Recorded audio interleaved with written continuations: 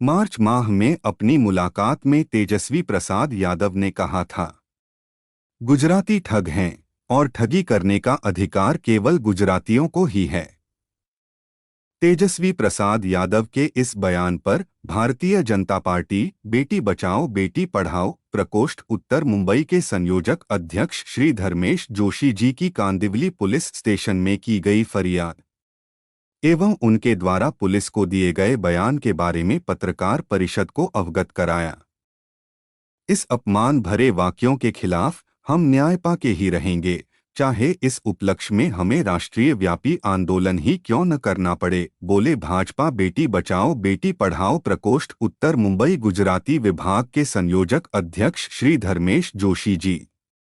धर्मेश जोशी द्वारा क्या कहना चाहेंगे? धर्मेश जी, आप ही बताइए, प्रेस कॉन्फ्रेंस क्यों आयोजित की गई है?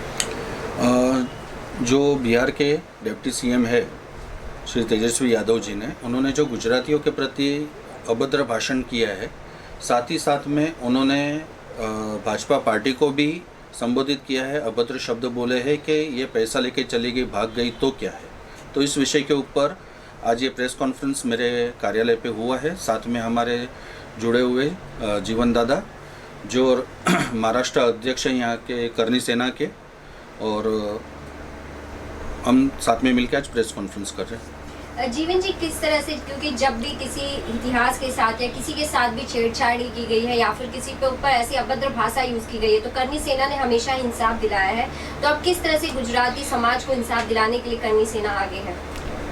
जब मुझे पता चला था धर्मेश भाई द्वारा कि इस तरीके से अभद्र टिप्पणी तेजस्वी यादव ने जो की है, तो हमने कांदिवली पुलिस स्टेशन में पहले ही आपने कंप्लेन कर रखी थी, उसके बाद हमने वापस की, एमएचबी में दी। और करनी सेना का जहाँ तक एजेंडा कि कोई भी आदमी, अगर चाहे वो पॉलिटिशियन रहो कि कोई भी व्यक्ति विशेष रहो, अगर कोई समाज को आपत्तिजनक शब्द यूज़ करके अगर बोलता है तो उसका विरोध हम करनी सेना वाला हमेशा करते हैं और करते आए। जब मुझे बात पता चली तो हम यहाँ पे भी कंप्लेन दर्ज करी और हमारे गुजरात के जो प्रदेश अध्यक्ष हैं उनसे बात करी, और गुजरात में लगभग 5-10 जगह उनके खिलाफ एफआईआर हुई है। और मुंबई में भी अभी धर्मेश भाई द्वारा स्टेटमेंट रिकॉर्ड हुआ है पुलिस स्टेशन में, लगभग यहाँ पे भी एफआईआर होगी और आगे की जिस तरीके से प्रक्रिया रहेगी उनके खिलाफ हम करेंगे और तेजस्वी यादव को माफ़ी मांगनी पड़ेगी गुजराती समाज से।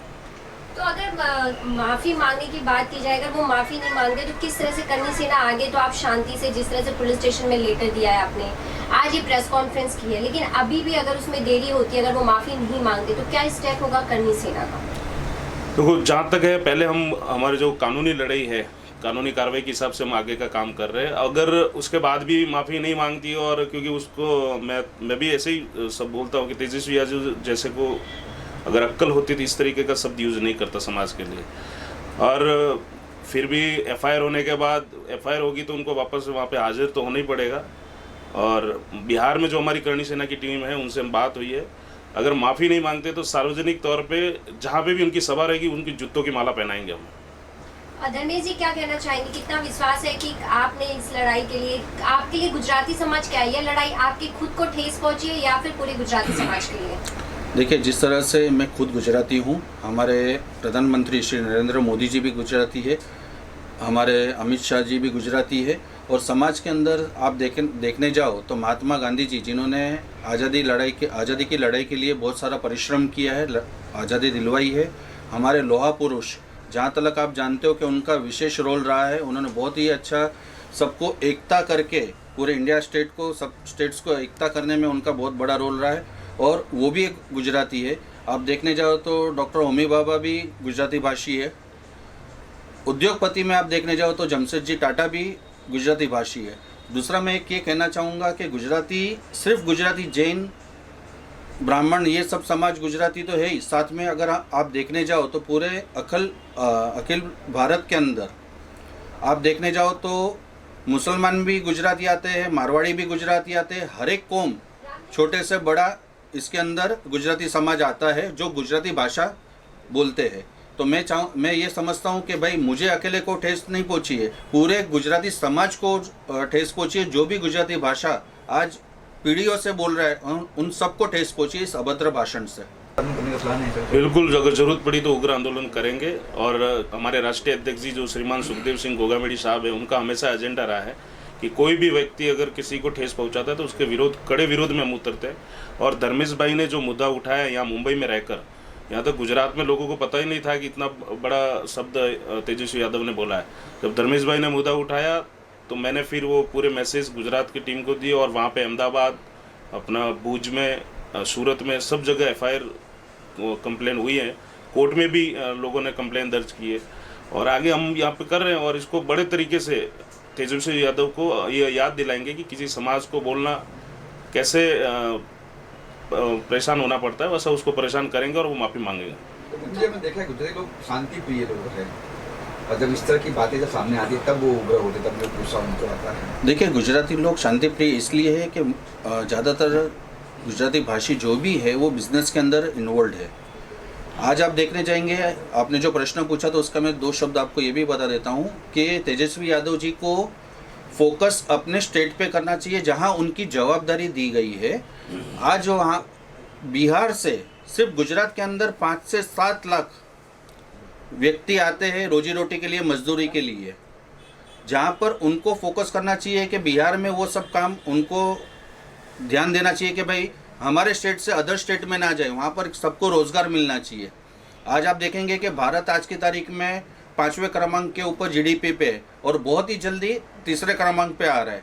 आज हमारे प्रधानमंत्री नरेंद्र मोदी जी ने जो 5 ट्रिलियन का प्रॉमिस किया है, तो वो सब समाज को साथ में लेके चल रहे हैं। ना किसी समाज के विषय में वो विशेष टिप्पणी देते हैं, ना कोई बातचीत करते, वो सर्वधर्म को साथ में लेके चल रहे हैं।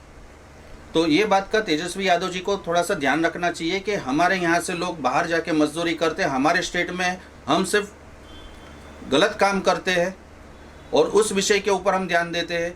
जैसे आपने देखा होगा कि कुछ एक आप पत्रकार सब बैठे हो भाई यहाँ पर, तो मनीष कश्यप का भी आपको मालूम है कि आज उनकी क्या दशा हुई है। तो मैं ये समझता हूँ कि जो उनके खिलाफ आवाज़ उठाएगा तो उनकी टेरिटरी, उनकी जो सीमा है उसी के अंदर वो परेशान करेंगे। मगर आज जो गुजराती समाज के विषय में अभद्र भाषण किया है, प्लस भाजपा पार्टी को किया है, जो उन्होंने बोला है कि पैसे लेके चले जाएंगे यहाँ से, तो उनको ये सब चीज़ छोड़ के उनको खुद के स्टेट के ऊपर ध्यान देना चाहिए जहाँ पर उनको जवाबदारी मिली है। पुलिस कंप्लेंट की कुछ एक्शन वगैरह बहुत हुआ उनका? जी, पुलिस कंप्लेंट अभी मेरी हुई है, प्लस पुलिस प्रशासन हमको सपोर्ट भी कर रही है, अब तक सपोर्ट कर रही है। मेरा स्टेटमेंट 24 तारीख को लिया गया, रिकॉर्ड किया गया है, तो और उन्होंने आश्वासन दिया है कि हफ्ते 10 दिन के अंदर हम आपकी ये मैटर हमारे वरिष्ठ अधिकारी को बात करके जल्द से जल्द एक अच्छे स्टेज पे लेके आएंगे, पॉजिटिव रिप्लाई आपको देंगे। इस तरह से हमारी बातचीत हुई है। साथ में मेरे साथ करनी सेना जुड़ी हुई है। तो जब जैसे अभी जीवन दादा ने बोला कि सुखदेव दादाजी को और योगेंद्र दादाजी को जब मालूम पड़ा तो उन्होंने सीधा बोला कि नहीं, हमको ये अभद्र भाषा के लिए जो विशेष टिप्पणियाँ की है उसके खिलाफ हमको खड़ा रहना है। जीवन जी आप जाइए, धर्मेश को सपोर्ट करिए, और उनका वहाँ से बहुत बड़ा सहयोग है। और मेरे ख्याल से कुछ जीवन दादा गुड न्यूज़ भी देने वाले हैं कि अभी वो जा रहे राजस्थान, तो वहाँ से सुखदेव दादा, योगेंद्र दादा एक प्रेस कॉन्फ्रेंस ये विषय के ऊपर मेरे सपोर्ट में वहाँ पर भी देने वाले हैं। ऐसा उन्होंने आश्वासन अभी मुझे 2 मिनट पहले दिया है। आंदोलन करेंगे हम लोग पार्टी? देखिए, हक की लड़ाई के लिए अगर आंदोलन की बात होती है, एक समाज के विषय में जो अभद्र टिप्पणी की है, आज एक गुजराती समाज के लिए किया है, कल मारवाड़ी समाज के लिए करेंगे, परसों महाराष्ट्रन के हिसाब से करेंगे, साउथ के लोगों के लिए करेंगे, उत्तर भारतीय लोगों के लिए करेंगे। तो इस उनकी जो टिप्पणी है उनके लिए अगर वो ज़रूरी हुआ तो भी मैं और हम और करनी सेना दोनों साथ में मिलकर उसका आंदोलन भी करेंगे। और उसको हमको ये न्याय चाहिए, वो माफ़ी मांगना ही चाहिए नेशनल टेलीविज़न के ऊपर। समाज के ऊपर होने वाले कोई भी गलत बातों को लेकर करनी सेना हमेशा ऐसे आगे रहेगी? नहीं, ऐसा नहीं है कि राजपूत समाज के लिए सिर्फ करनी सेना है। करनी सेना सर्व समाज के लिए है। जहाँ जहाँ भी ज़रूरत पड़ी है, मेरे को अभी पिछले वीक में एक मैटर था, एक मारवाड़ी समाज के साथ, मारवाड़ी भी चौधरी समाज का, तो उनके साथ मारपीट हुई थी। तो उनके समाज इतना बड़ा होने के बाद भी उन्होंने करनी सेना के पास ही हेल्प मांगी और मैं वहाँ गया लिटरली, और उन्होंने FIR दर्ज कराई आरोपियों के खिलाफ, उन्हें गिरफ्तार भी करवाया। तो ये जो मैसेज है ना, हाँ ये बात है कि करनी सेना जो विंग है वो राजपूत समाज द्वारा बनाई गई है, लेकिन हम लोग एक क्षत्रिय जो धर्म होता है वो सर्व समाज के लिए सपोर्ट करने के लिए होता है और हम लोग करते हैं। और हमारा तो हमेशा, आप मीडिया वालों को तो सबको पता है कि कभी भी किसी भी व्यक्ति के ऊपर, चाहे वो कोई भी हो, कोई भी जाति का हो, अगर करणी सेना के पास आए हैं या करणी सेना से मदद मांगी तो हम उनके साथ हमेशा खड़े रहे हैं। करणी सेना कभी समाज विशेष नहीं देखती है। जब भी जरूरत पड़ेगी 36 कौम के लिए हम साथ खड़े हैं। और हमारा सुखदेव दादा का जो राष्ट्रीय अध्यक्ष जी का जो उद्देश्य है, वो हमेशा भाषण में कहते हैं कि करणी सेना 36 कौम के लिए है, सर्व जाति के लिए है, हम कोई जाति में अंतर नहीं रखते हैं। तो अब गुजराती समाज और धर्मेश जी को इंसाफ दिलाएगी करणी सेना? बिल्कुल, मैं धर्मेश भाई के साथ कंधे से कंधा मिला के खड़ा हूँ इस मैटर में, और जहाँ स्टेज तक इस मैटर को लेके जाना है उस तक हम लेके जाएंगे। और कानूनी लड़ाई भी लड़ेंगे, उग्र आंदोलन की जरूरत पड़ी तो वो भी करेंगे। पुलिस वालों ने अगर सपोर्ट नहीं किया तो पुलिस स्टेशन के बाहर धरना प्रदर्शन भी करेंगे और वहाँ से उठेंगे नहीं जब तक हमको न्याय नहीं मिलेगा।